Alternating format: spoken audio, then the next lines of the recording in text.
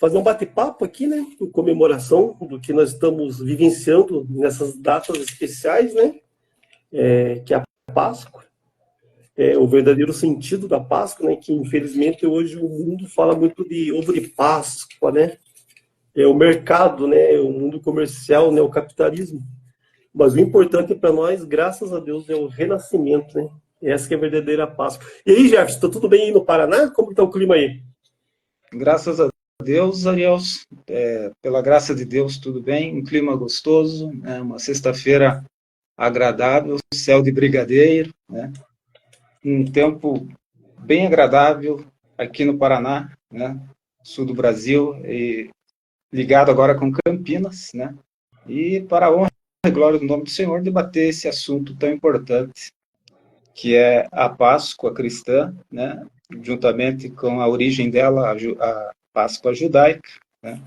Estamos à disposição do irmão para, dentro daquilo que pudermos, debater esse assunto à luz da palavra de Deus. Amém, Jefferson, amém.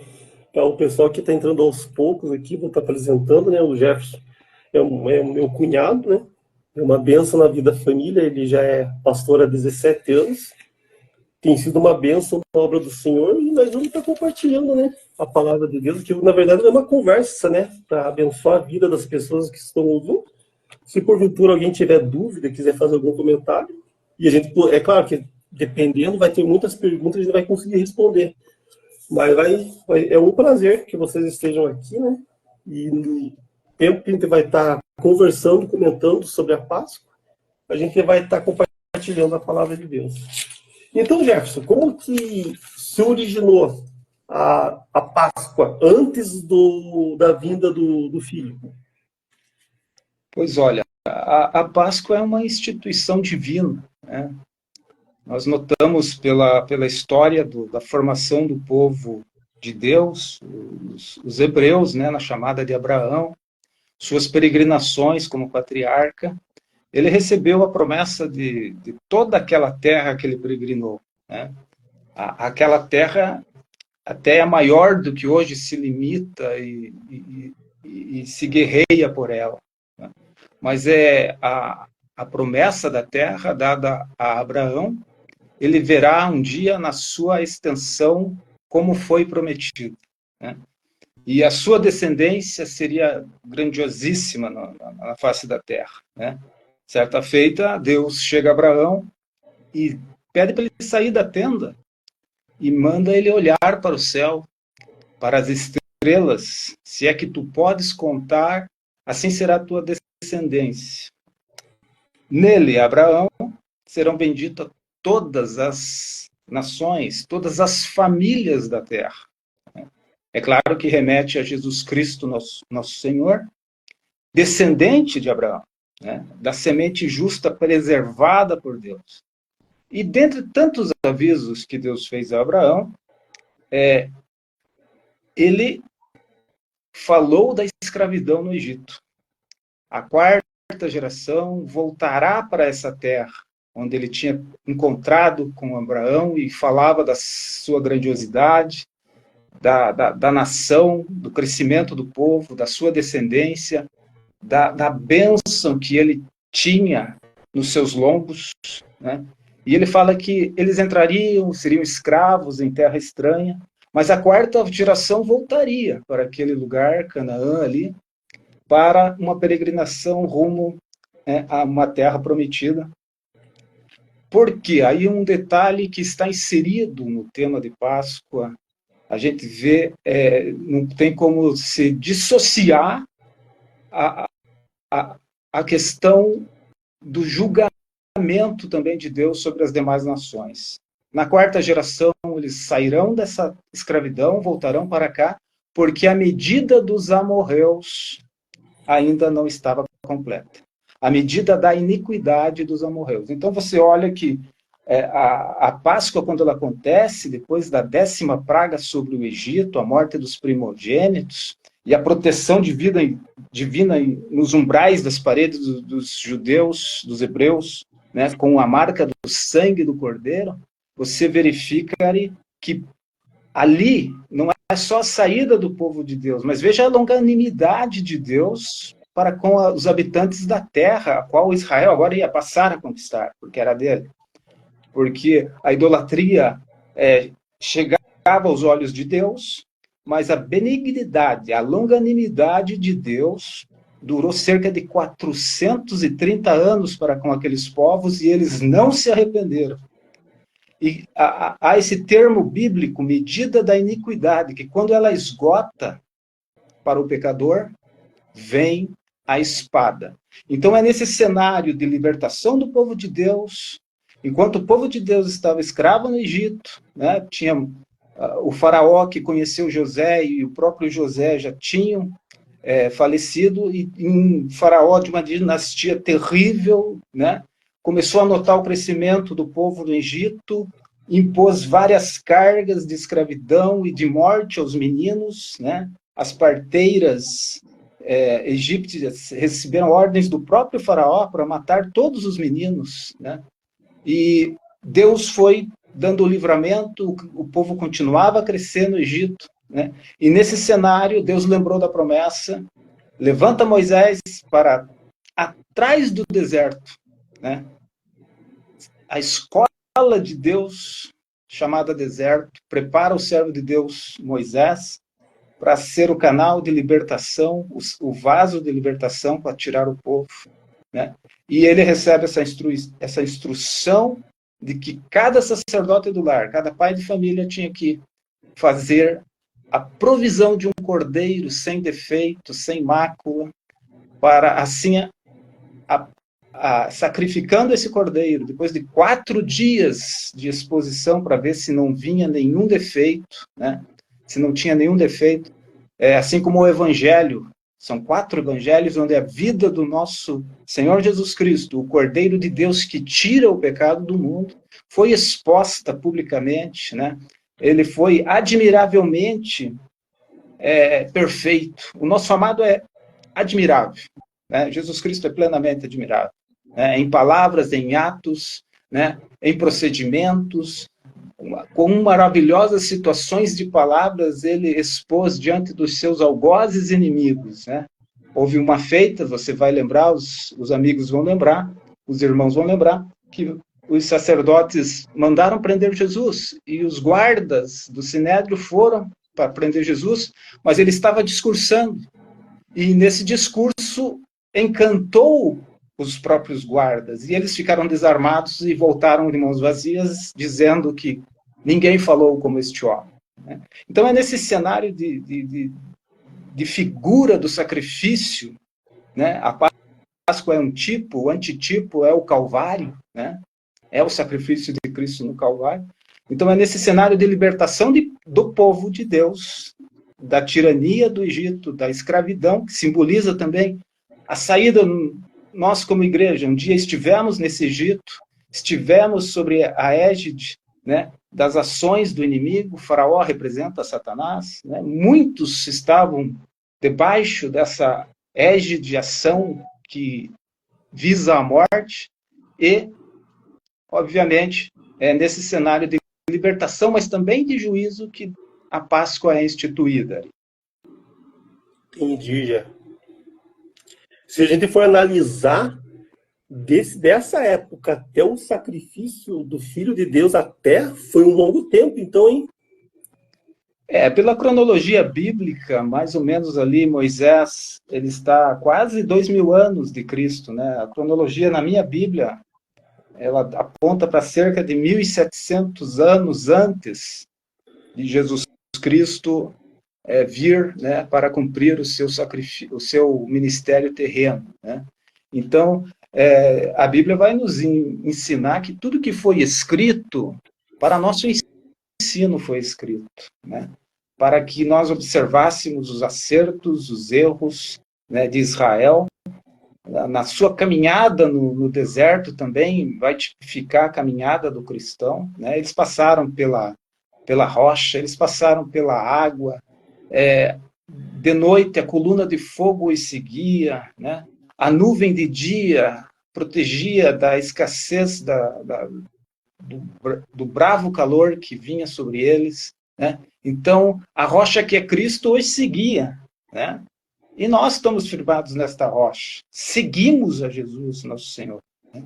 Então, é glorioso pensar que tudo que nós estamos vendo, temos visto e vivenciado, muitas dessas situações nós vivemos. Por exemplo, o cerimonial da ceia hoje é a nosso memorial glorioso, né? Tipificando, né? É a nossa Páscoa, porque a Bíblia vai dizer em 1 Coríntios 5, 7, né? Alimpai-vos do fermento velho para que sejais uma nova massa, assim como estáis sem fermento, porque Cristo, a nossa Páscoa, foi sacrificado por nós, né? Então, nessa jornada, olhando para Israel no deserto, olhando para os hebreus na saída do Egito, nós vemos, então, a nossa própria jornada, né? E vemos que estamos também a caminho de uma Canaã celestial, e que nada nem ninguém, né? O apóstolo Paulo vai citar isso. E ele, depois de falar de várias coisas, e nem qualquer outra criatura, né? Nenhum demônio, nada nem ninguém pode nos separar do amor de Deus que está em nós por Cristo Jesus. Amém. Amém, Jé. Eu acho engraçado que as pessoas pensam, né, que... Tem muitas pessoas que pensam assim, Jefferson, que Jesus morreu na cruz, ele, ele se entregou porque não tinha forças para fazer algo sozinho, e as pessoas confundem, né? Tem muitas pessoas que confundem, porque na verdade ele é Deus, ele era 100% homem, mas ele era 100% Deus, né? E ele Sim, fez o que fez pelo amor da vontade do Pai, né? Ele se exatamente. sacrificou e era um sacrifício perfeito para Deus, para o Pai do Filho de Deus, né? E às vezes, Sim, e ali, na verdade, a cruz foi um símbolo de vitória, porque no momento que ele se entregou, tanto que as pessoas pensam, nossa, tipo, ele mataram Jesus. Não, ele falou, ninguém mata Deus, ele entrega o meu espírito, né? Eu entrego o meu espírito. E na hora que ele fez aquilo, foi símbolo de vitória, e ele esmagou a cabeça da serpente, né, Jefferson? exatamente, Arielson. A, a verdade é que eu sempre comento na igreja, entre irmãos, que Deus podia ter destruído o pecado destruindo o pecador. Mas ele nos amou de tal maneira que deu seu Filho unigênito para que todo aquele que nele crê não pereça, mas tenha a vida eterna, né?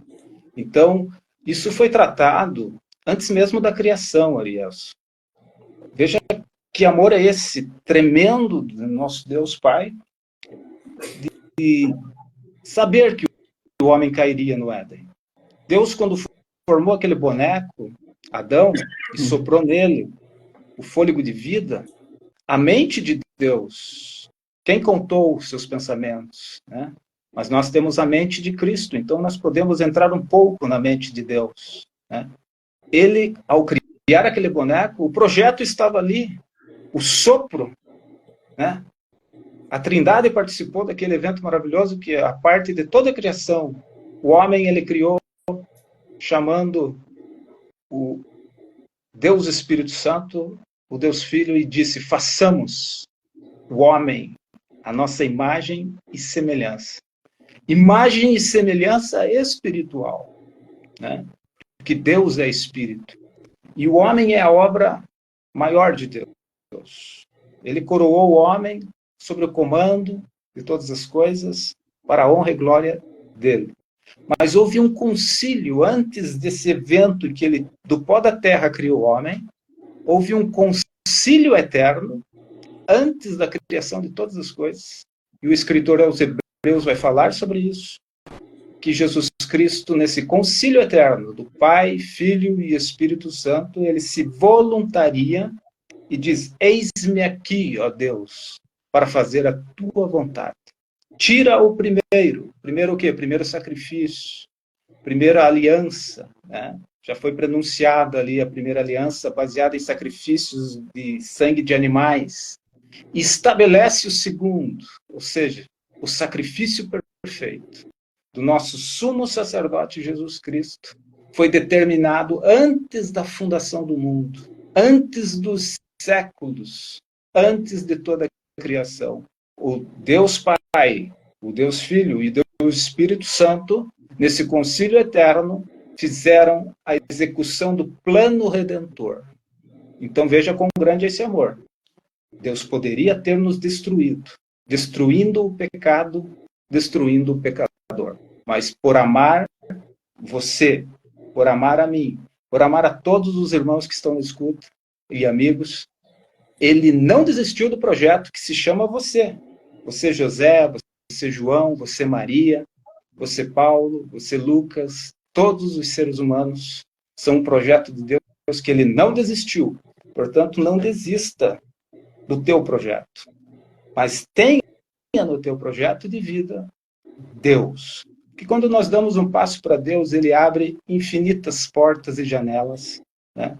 E eu sou prova disso, posso testemunhar de quantas vezes, dando um passo para Deus, ele me surpreendeu na caminhada. Agora, ele nos surpreende na caminhada, né? Não é parado, não é caído, mas é na caminhada.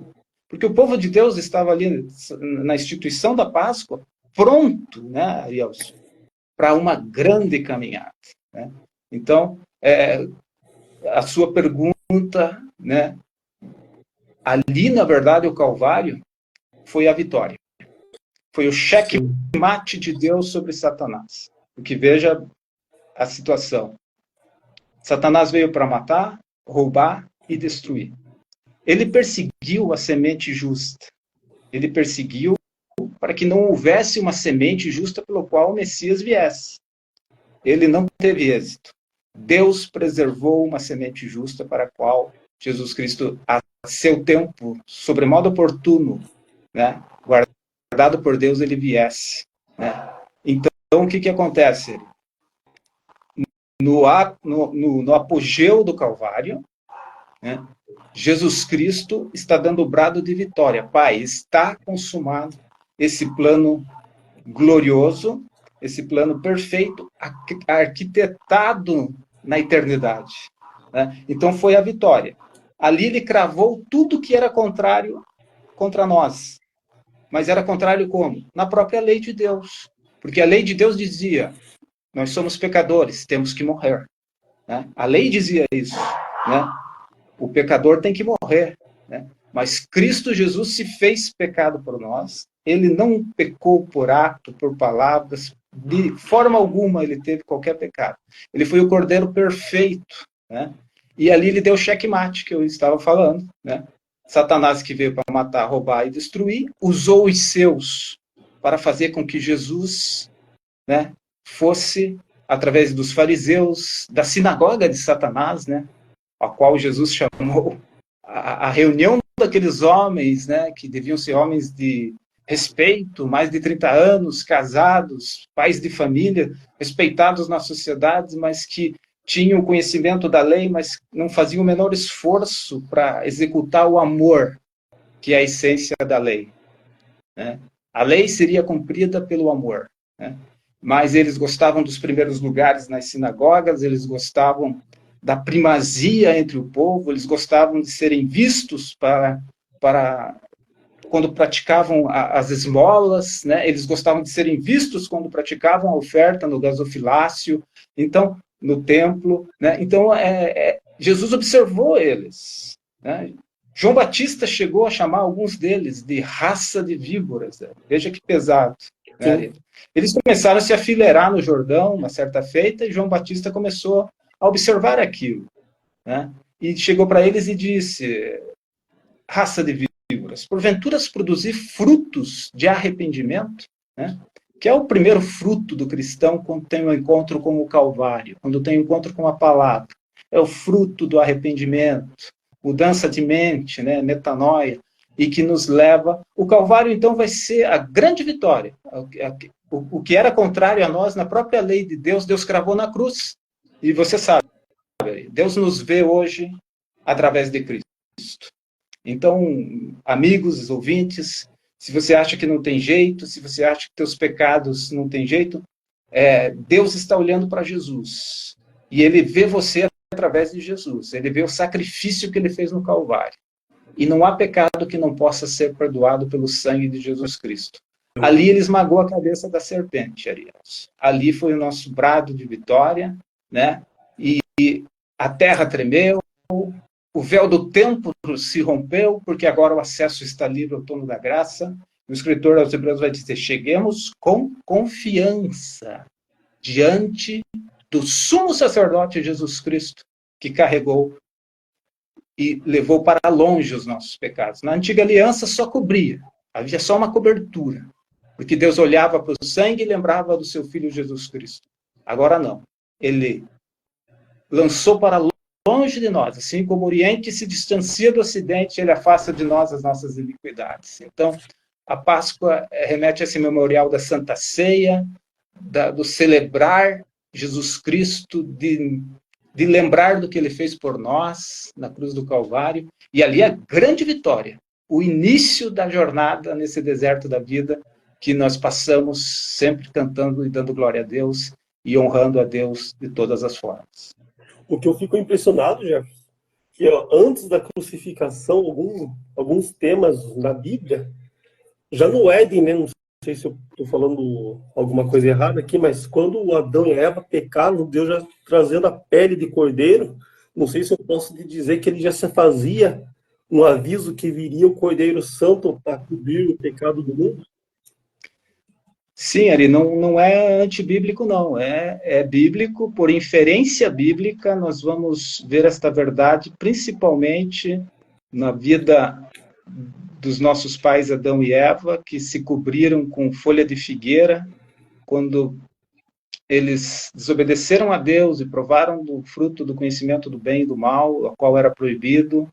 O pecado entrou, então, no gênero humano, e passou para todos nós, descendentes de Adão e de Eva. Né? Então, Jesus, Deus, né, bradou no jardim: onde estás, Adão? O primeiro clamor missionário foi o próprio Deus Pai. Né? O primeiro clamor missionário está inserido na pergunta: onde estás, Adão? Eles se esconderam de Deus. O pecador hoje ele se esconde de Deus, né? Ele se esconde de Deus, ele evita a palavra, né?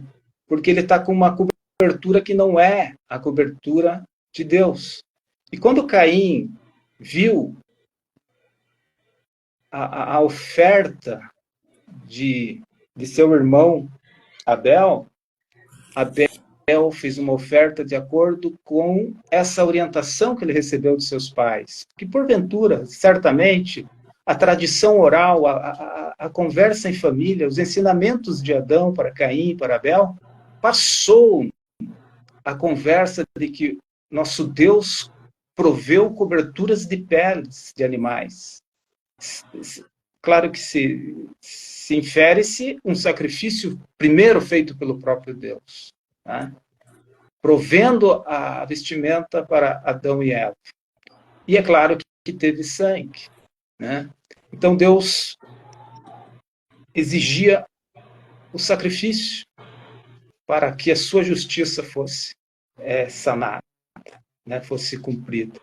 E ali, certamente, Caim ouviu essa verdade de que a oferta que Deus aceita é cruenta, é com sangue. Mas ele desprezou isso e ele fez a oferta de cereais, de verduras, ele era agricultor, deu os produtos da terra e Deus não aceitou. Mas ele tinha visto que Abel tinha sido aceito. E ele se indignou, ele teve inveja de seu irmão. Mas Deus foi falar com ele.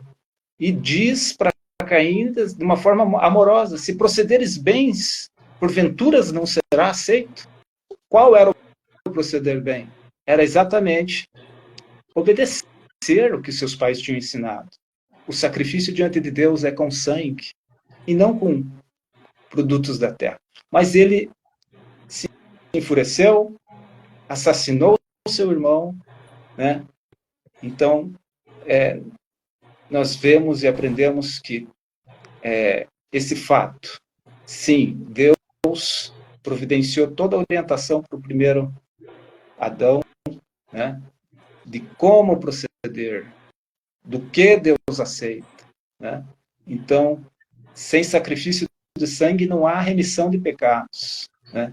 E Caim representa aqueles crentes ali que convivem com o pecado, que não querem largar o pecado.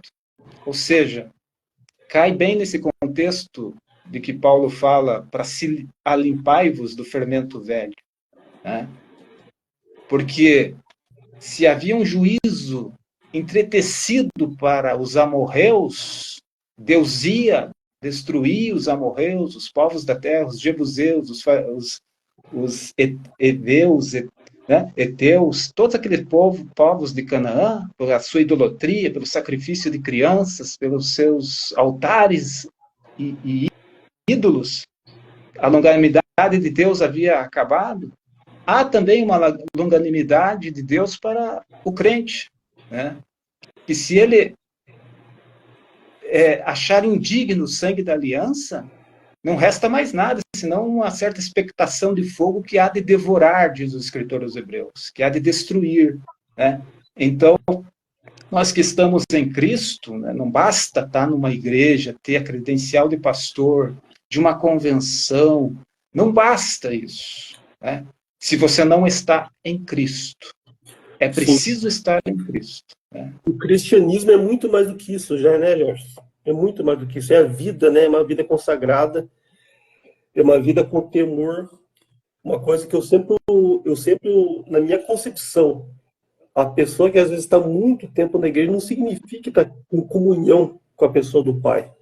Então, o cristianismo é muito mais do que isso. Exatamente. A nutrição do fermento interrompe essa comunhão. É exatamente o fermento. O fermento, na sequência da Páscoa, havia a festa dos pães asmos, né? Ou seja, pão sem a levedura do fermento. Porque fermento é engano em todas as aparições que ele é citado, ele é engano. Jesus mesmo repreendeu, advertiu, acautelai-vos com o fermento dos fariseus e o fermento de Herodes. Aqui são duas representações. O fermento dos fariseus, a falsa religiosidade, os falsos irmãos, o objetivo não verdadeiro de estar numa igreja, né? Ou seja, o fermento vai representar a falsidade, né? As impurezas, né? As irmãs, principalmente, que fazem o pão de casa, elas, quando tem aquele espaço do crescimento do pão, depois vocês veem que aquilo murcha, né? Porque estava grande, mas na realidade não representava aquilo, né? Então é uma mentira, né? Vamos dizer assim. O fermento é a mentira, é o orgulho, a egolatria. Hoje nas igrejas ali, né, nós vivemos a era Laodiceia, né, a era final da igreja. Não estou dizendo que todos são Laodiceia, porque tem muitos crentes Filadélfia dentro desta era, né, porque as cartas às igrejas da Ásia, elas não representavam, são somente igrejas locais, mas por ser 7, e 7 é uma completude, é uma perfeição, está falando de 7 eras da igreja, em toda a dispensação da graça, houve e haverão, e findará com Laodiceia. O que marca a nossa geração ali é Laodiceia, onde o próprio Jesus Cristo está do lado de fora, mas ele bate. Quem abrir, ele entrará e ceará com ele. É. Não estou dizendo que não exista fiéis nessa era. Os fiéis existem. E Deus agirá pelos fiéis, né? Mas o cristianismo, ele é fundamentalmente estar em Cristo, do que estar numa igreja. Claro que congregar é recomendável, é bom estar entre os irmãos, é recomendável, mas muitos estão dentro da igreja com o fermento. O fermento de Herodes, o mundanismo, né? O fermento de Herodes é a corrupção, o mundo dentro da igreja. Não se fala mais em santidade, não se fala mais em novidade de vida, não se prega mais a cruz de Cristo, mas só prosperidade, só dinheiro e riquezas. Isto não é o evangelho. O evangelho que eu aprendi é sangue, suor e lágrimas. É graça, é êxtase espiritual, é a presença sussurrante do Espírito dizendo: Deus está aqui. Então, o evangelho de Cristo está em nós, está nos cristãos verdadeiros, né? E a vida de Jesus Cristo foi exposta nesses 4 evangelhos, né? E ele foi perfeito em tudo. E nos ensinou, mandou outro Consolador, o Espírito Santo, que nos ensina nessa caminhada em todas as coisas. Verdade, né? Eu assisti uma vez só, Jefferson. Não sei se você assistiu. Tem uma galerinha, só deixa eu cumprimentar o pessoal que está aqui, não sei se estão vendo. Quero agradecer aí o Thiago Pacheco, né? O Anderson, meu vizinho, o Alex, a Leia, a Ellen, né? Um abração para vocês aí, pessoal. Qualquer dúvida que vocês Saudação a todos. fazer alguma pergunta, hein? Eu assisti aquele filme do Mel Gibson, Paixão. Jefferson, eu relutei para assistir aquele filme, você acredita? Relutei. Porque Sim. na minha condição eu sabia que eu me sentia um lixo. Eu me sentia um lixo. E quando eu vi o filme, Jefferson, eu me segurei. Eu ainda lembro que assisti na casa do meu cunhado. Ele já tinha assistido já, mas não tem como as lágrimas não rolar na face, né? Sim, é um filme forte, né? Impactante, né? E, a bem da verdade, essa história do Calvário, consequentemente, nos leva a lágrimas. Não há uma história mais forte na história da humanidade que não seja a história do Calvário, onde Cristo, de braços abertos, ali morreu e consumou esse plano glorioso da salvação. Desculpa. E o que nos move para iniciar a caminhada é a mensagem da cruz. Então, ali é o início. É necessário passar pelo Gólgota, pelo Calvário. Né? E a mensagem da cruz é muito necessária. Nós não podemos pregar ela só na Páscoa, porque a Páscoa é o cerne do Evangelho, se você analisar. Ela contém o Evangelho em si, o espírito da profecia, que é o testemunho de Jesus Cristo. Né? Então, precisamos viver Cristo, estar em Cristo, né? E ter a palavra de poder, né? Paulo dizia: ai de mim se não pregar Cristo, né? E este ressuscitado. E a grande notícia é que no 3º dia ele ressuscitou, ele está vivo. Assim como Elias pregava: vive o Senhor, que vai chover, que vai acontecer isso, que vai acontecer aquilo. Mas eu gosto de Elias porque ele fala: vive o Senhor. Em tempo de idolatria, onde Baal estava no trono de Israel, hoje da mesma forma, vários deuses sendo erigidos pelo homem, né? E a pior idolatria é a egolatria dentro das igrejas. As pessoas armaram um altar para o seu próprio ego. Essa é a pior idolatria, infelizmente. E é preciso ser combatida com a palavra de Deus, com a exortação firme. O amor nos fins dos tempos se esfriaria, né, Jefferson? Ele diz isso, né? Esse é um sinal desse tempo, né? A matemática de Deus, ela é muito certa, né? O amor esfria, aumenta a iniquidade. Né? E Jesus mesmo disse, né, Arielson, porventura haverá fé na terra quando vier o Filho do Homem? Deus está sendo tirado das instituições, Arielson. Deus está sendo tirado das escolas, dos governos, e o mais trágico, Arielson, das famílias. E as famílias estão entregando seus filhos na responsabilidade de professores, e professores não têm esse papel, professores estão entregando para o Estado, e o Estado está entregando para Satanás. Então, o que nós temos que fazer, assim como na Páscoa, o pai da família, o pai de família tinha que prover o cordeiro. É uma responsabilidade de nós cristãos em torno da mesa novamente, reunir a nossa casa, reunir a nossa família e celebrar Cristo e fazer um altar para Deus, né? O altar pessoal da nossa vida, o lugar secreto da oração. Nunca na história da igreja filhos se perderam dentro da igreja, né? Nunca na história da igreja pais estão tendo tanto trabalho com seus filhos que estão perdendo seus filhos para as drogas, para as modas deste mundo, né? Diz-nos os historiadores que o grande Império Romano, Arielson, ele não foi destruído por inimigos, ele foi destruído porque a família romana, apesar de ser idólatra, mas ela perdeu, ela decaiu moralmente muito na sua história.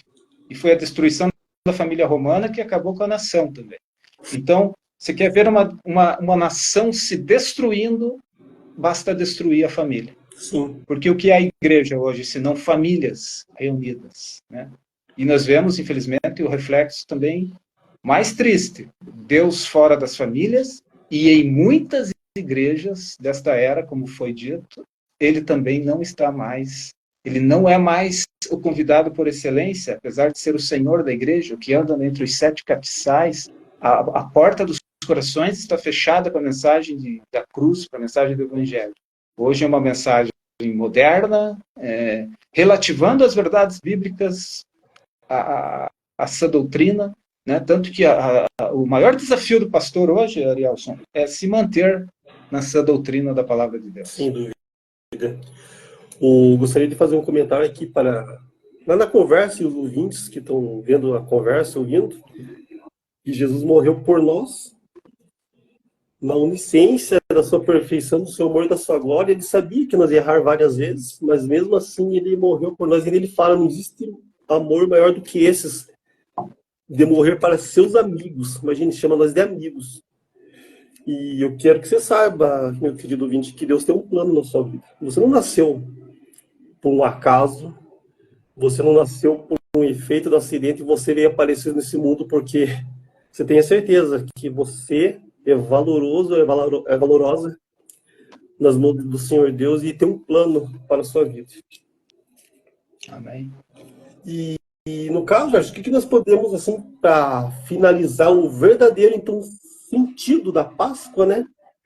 Porque o pessoal que, né, a gente comentou, né? O pessoal fica triste porque lembra da morte, mas graças a Deus que ele venceu e ressuscitou, né, Jefferson? Olha, Ari, essa pergunta é bem pertinente, né? O sentido, o significado, né? Por que nos movemos? Nós só se movemos e existimos nele, no Senhor Jesus. E a Páscoa, como eu falei, é um cerne de todo o Evangelho, né? A mensagem da cruz remete para a cruz. O sentido dela é um sentido de passagem, né? O anjo da morte passou sobre a casa dos hebreus e não teve dano algum porque a marca do sangue estava nos umbrais. No contexto espiritual, a marca do sangue tem que ser aplicada. Não basta ver o sacrifício de Cristo se nós não aplicarmos como sacerdote do lar. Se você não aplica o sangue na tua casa, na tua vida, porque o sangue de Jesus nos purifica de todo o pecado, mas ele também é uma marca que nos distingue do Egito, do mundo. Tens tu a marca do sangue em tua vida? A pergunta pertinente nessa Páscoa. Tens feito provisão para a tua alma? A tua casa, Jesus Cristo tem habitado nela, né? Então, é uma mensagem que remete a juízo, sim, Ari, até para os povos ao redor ali, que iam sentir a espada de Josué lá na frente, porque a medida da iniquidade deles estava esgotada. E esgotada a medida da iniquidade, a espada de Deus entra em ação. Então, esse sentido de libertação do Egito, de libertação do faraó, Satanás, né? Isso nós celebramos quando na Santa Ceia nós participamos do corpo e do sangue de Cristo, é em memória do que Cristo fez. Então, é uma festa, né? A Santa Ceia, ela é, nos seus termos bíblicos, a ceia do Senhor, ela é a mesa do Senhor Jesus Cristo, né?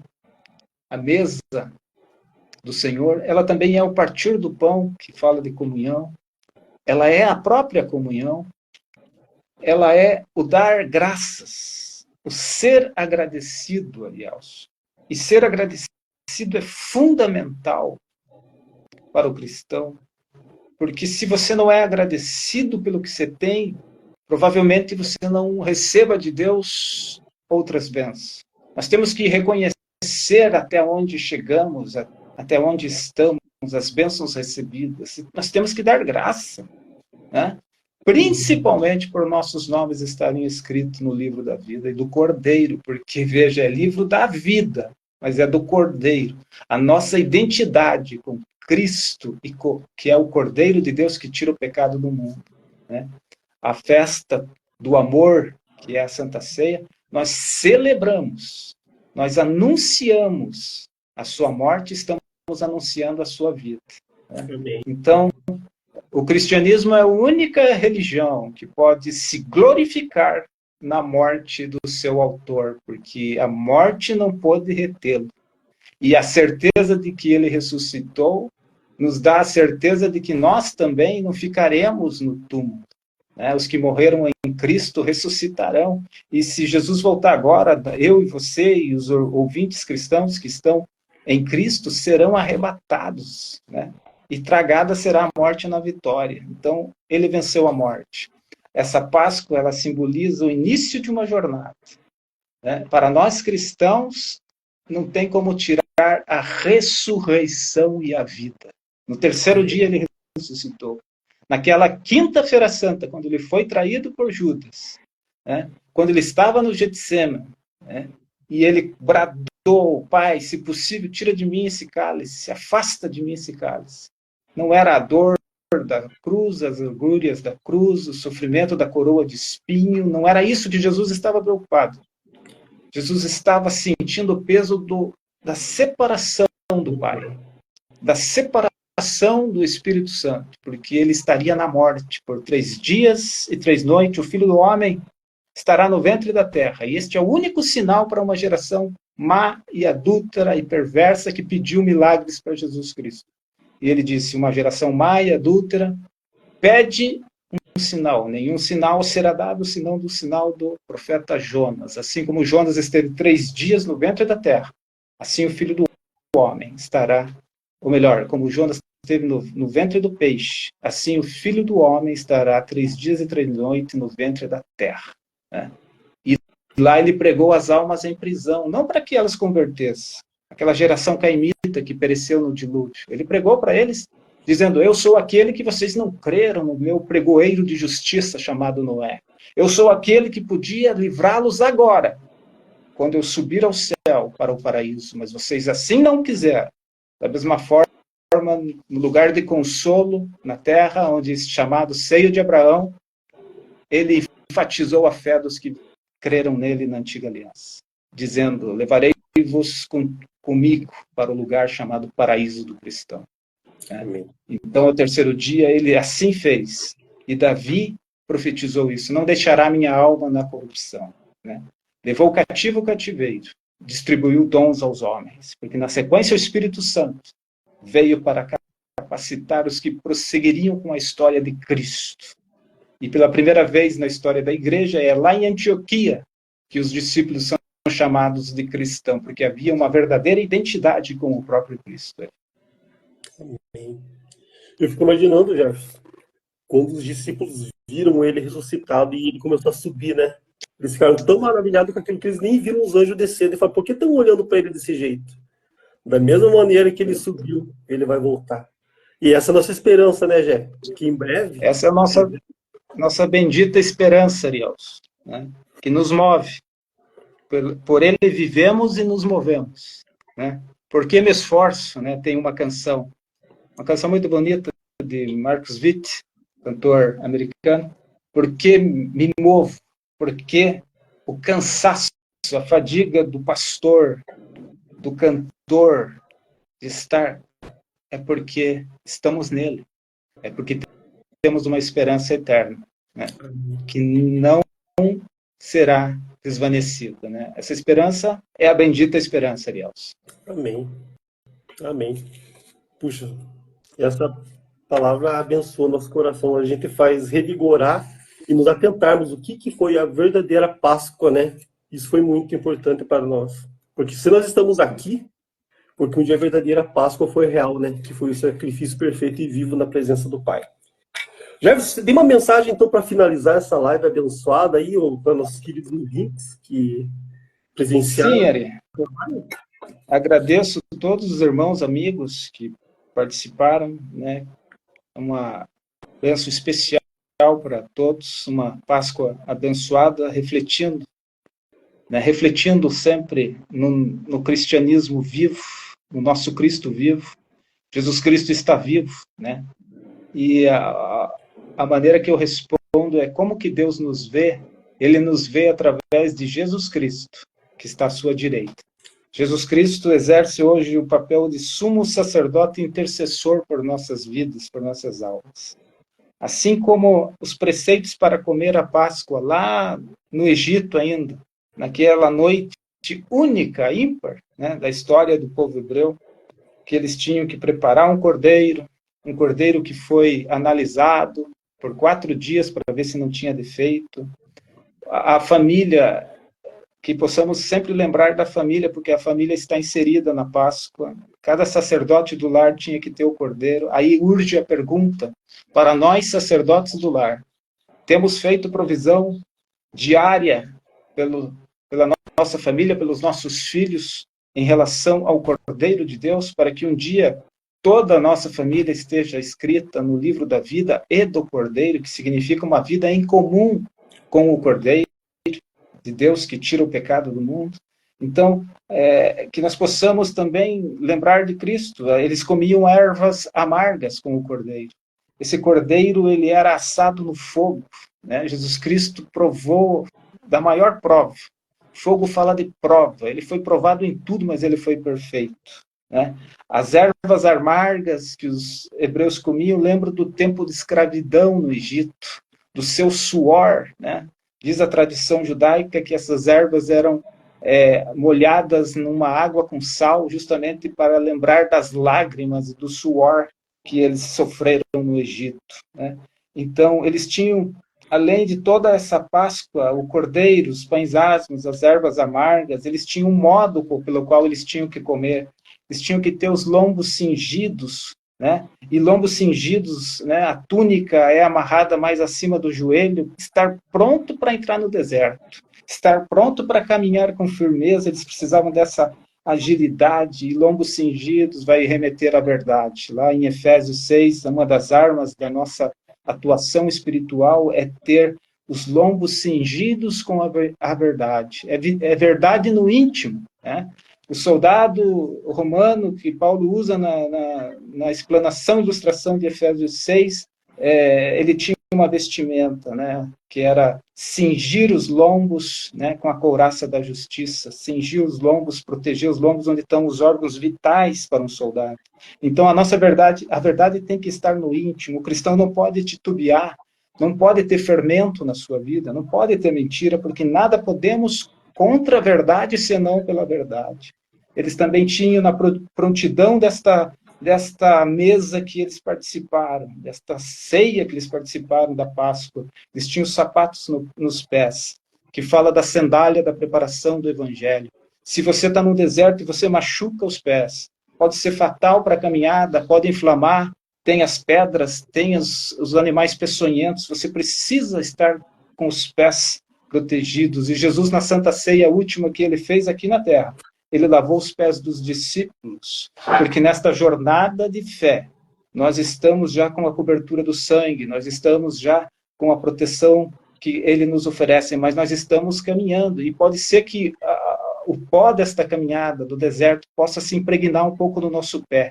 Daí a lavagem constante da palavra. Quando Jesus está lavando naquele ato humilde os pés dos discípulos, na verdade representa a lavagem cotidiana da palavra de Deus em nossas vidas, em nossos lares. Tenha sempre a Bíblia perto de você, tenha sempre ela como livro de cabeceira, sempre medite, porque quando você medita, Ariel, só acende a chama no coração.